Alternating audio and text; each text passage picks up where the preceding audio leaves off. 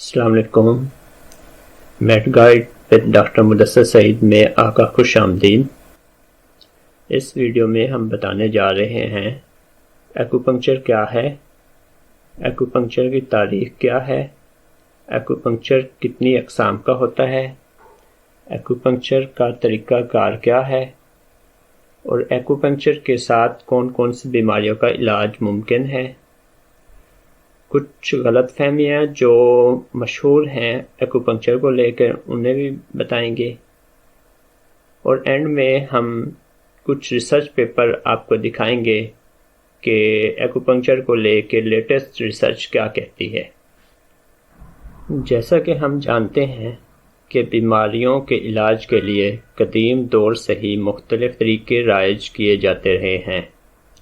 ہم یونانی طریقہ علاج، دیسی طریقہ علاج، ایسٹرن میڈیسن طریقہ علاج، ایلوپیتھک طریقہ علاج اور ہومیوپیتھک طریقہ علاج سے تو بخوبی واقف ہیں، لیکن دنیا میں بیماریوں کے علاج کے لیے اور بھی بہت سے طریقہ علاج موجود ہیں۔ انہی میں ایک طریقہ ایکوپنکچر کا ہے۔ پاکستان میں اس طریقہ علاج کی مقبولیت میں اضافہ ہو رہا ہے۔ اس چینی طریقہ علاج کو 2021 میں WHO عالمی ادارہ صحت کی طرف سے جاری کردہ بین الاقوامی درجہ بندی برائے امراض صحت میں اس کو بھی شامل کیا گیا ہے۔ ایکوپنکچر کیا ہوتا ہے؟ یہ ایک طریقہ علاج ہے جس میں چائنیز ٹریڈیشنل میڈیسن میں TCM جسے بولتے ہیں، چی کا ایک لفظ ہوتا ہے جس کا مطلب توانائی کا بہاؤ ہوتا ہے۔ اس طریقہ علاج میں جسم کے مختلف مخصوص پوائنٹس میں سوئیاں ڈالی جاتی ہیں۔ چائنیز میڈیسن کی فلسفی ہے، وہ یہ کہتی ہے کہ وہ توانائی منجمد ہوئی ہوتی ہے، سوئیاں لگانے سے وہ توانائی کا بہاؤ اچھا ہو جاتا ہے، سوئیاں لگانے سے درد سے نجات ملتی ہے۔ اب اس کی کچھ ہسٹری پہ نظر ڈالتے ہیں تو ایکوپنکچر 5000 سال پہلے چین میں شروع ہوا۔ اس وقت یہ طریقہ علاج نوکیلے پتھروں اور کانٹوں کے ذریعے ہوتا تھا۔ 2000 سال بعد دھات کی بنی ہوئی باریک سوئیاں استعمال ہونے لگی۔ بعد میں سونے اور چاندی کی سوئیاں استعمال کی گئی۔ اب یہ سوئیاں سٹین لیس اسٹیل کی بنائی جاتی ہیں جو بہت باریک ہوتی ہیں۔ ایکوپنکچر ایک متبادل طریقہ علاج ہے اور روایتی چینی ادویات کا ایک جزو ہے۔ ایکوپنکچر بنیادی طور پر درد کو دور کرنے کے لیے استعمال ہوتا ہے، لیکن اسے کئی دیگر بیماریوں کے علاج کے لیے بھی استعمال کیا جاتا ہے۔ چین کے ساتھ ساتھ اب یہ طریقہ علاج مغرب میں بھی خاصا مقبول ہو رہا ہے، جس کو ہم کچھ ریسرچ پیپر کے ذریعے بھی ثابت کریں گے کتنی ریسرچ اس ایکوپنکچر کے حوالے سے دوسرے ملکوں میں ہو رہی ہے۔ اگر ہم ایکوپنکچر کی اقسام کی بات کریں تو ایکوپنکچر کی کئی مختلف اقسام ہیں، ہر ایک اپنی منفرد خصوصیات اور فوائد رکھتی ہے۔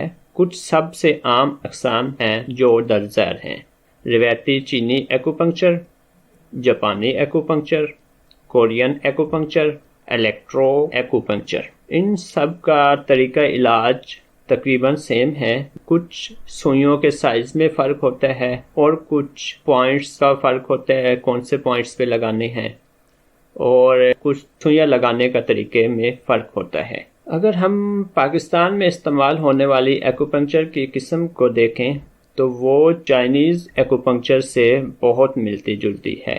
اب ہم بات کرتے ہیں کچھ ایسی بیماریاں جن کا ایکوپنکچر کے ذریعے علاج ممکن ہے۔ دائمی درد، کرونک پین، سر درد اور درد شقیقہ یعنی کہ مائگرین، بے چینی اور ڈپریشن، انزائٹی، الرجی، نیند کا نہ آنا یعنی کہ انسومنیا، ہاضمے کی خرابی یعنی کہ انڈائجیشن، بانجھپن، انفرٹیلٹی۔ اب بات کرتے ہیں کچھ خرافات اور غلط فہمیاں جو ایکوپنکچر کے لے کر بہت مشہور ہیں۔ ایکوپنکچر ایک تکلیف دہ عمل ہے، بلکہ یہ غلط ہے کیونکہ ایکوپنکچر میں سوئیاں لگنے سے تھوڑی سی چبھن یا جھنجھناہٹ محسوس کر سکتے ہیں، لیکن ایکوپنکچر عام طور پر تکلیف دہ نہیں ہوتا۔ ایکوپنکچر صرف درد کے لیے مؤثر ہے۔ اگرچہ ایکوپنکچر عام طور پر درد کو دور کرنے کے لیے استعمال کیا جاتا ہے، لیکن یہ متعدد دیگر بیماریوں میں بھی اچھا ثابت ہوتا ہے۔ ایکوپنکچر محفوظ نہیں ہے۔ جب لائسنس یافتہ تربیت یافتہ پریکٹیشنر کے ذریعے انجام دیا جاتا ہے تو ایکوپنکچر عام طور پر محفوظ ہے۔ اب آ جاتے ہیں اس کے ریسرچ پہلو کی طرف کہ اس پہ ریسرچ کیا ہوئی ہے اور ریسرچ اس ایکوپنکچر کو کیا کہتی ہے۔ 25 فروری 2022 کو ایک ریویو آرٹیکل پبلش ہوا ہے جس نے 2000 سے لے کے 2020 تک تمام ریسرچ کو ریویو کیا ہے اور تقریباً 2471 آرٹیکل ریویو کیے ہیں، جس میں مختلف قسم کی اسٹڈی ہوئی ہے، جس میں رینڈمائز ٹرائل ہوئے ہیں تقریباً 1578، آبزرویشنل اسٹڈیز ہیں تقریباً 893، مسکولوسکیلیٹل اینڈ کنیکٹیو ٹیشو ڈیزیزز پہ اسٹڈی ہے تقریباً 865، نیورولوجیکل کنڈیشن میں اسٹڈی ہے تقریباً 304 اور کینسر پہ اسٹڈی ہے تقریباً 287، کارڈیو ویسکولر ڈیزیزز پہ اسٹڈی ہے 235۔ ایکوپنکچر جو کنٹری وائز ہے اسٹڈی، اس کو پھر ڈیوائیڈ کیا انہوں نے، تو وہ اس طرح ہے کچھ۔ چائنا میں پچھلے 2000 سے لے کے 2020 تک 996 اسٹڈی ہوئی ہیں، یو ایس میں 358 اسٹڈی ہوئی ہیں، یو کے میں 316 اسٹڈی ہوئی ہیں، ساؤتھ کوریا میں 259 اسٹڈی ہوئی ہیں، جبکہ آسٹریلیا 178، کینیڈا میں 117 اسٹڈی ہوئی ہیں، جرمنی میں 106 اسٹڈی ہوئی ہیں۔ بہت سارے ممالک پہلے سے ہی مستقبل دیکھ رہے ہیں ایکوپنکچر میں۔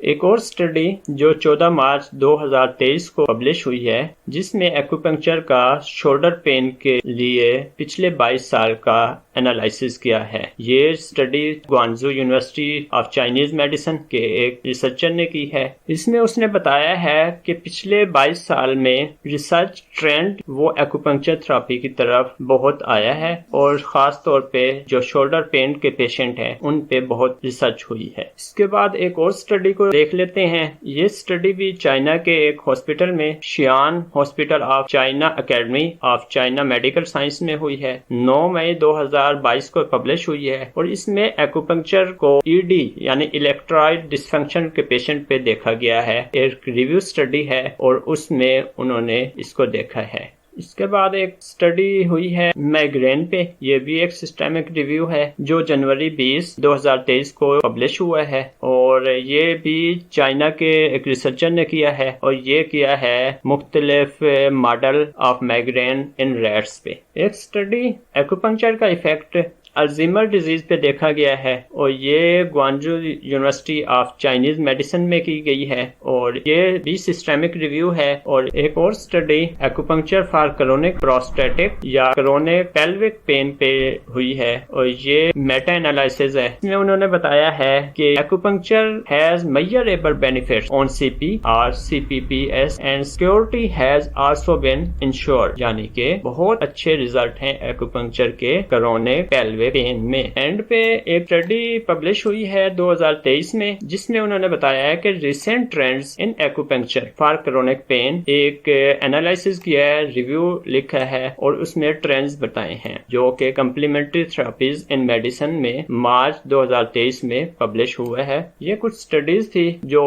ایگزامپل کے طور پہ ہم نے آپ کو دکھائی تاکہ اس ایکوپنکچر کے لے کے جو آپ کے کوشچن ہوں تو وہ کلیئر ہو جائیں۔ اگر آپ کو کوئی اور کوشچن ہو تو آپ کومنٹس میں بتا سکتے ہیں، ہم انشاءاللہ کوشش کریں گے ان کا آپ کو جواب دیں۔ اللہ حافظ۔ اللہ آپ سب کو اپنی حفظ و امان میں خوش رکھے، آباد رکھے۔ السلام علیکم۔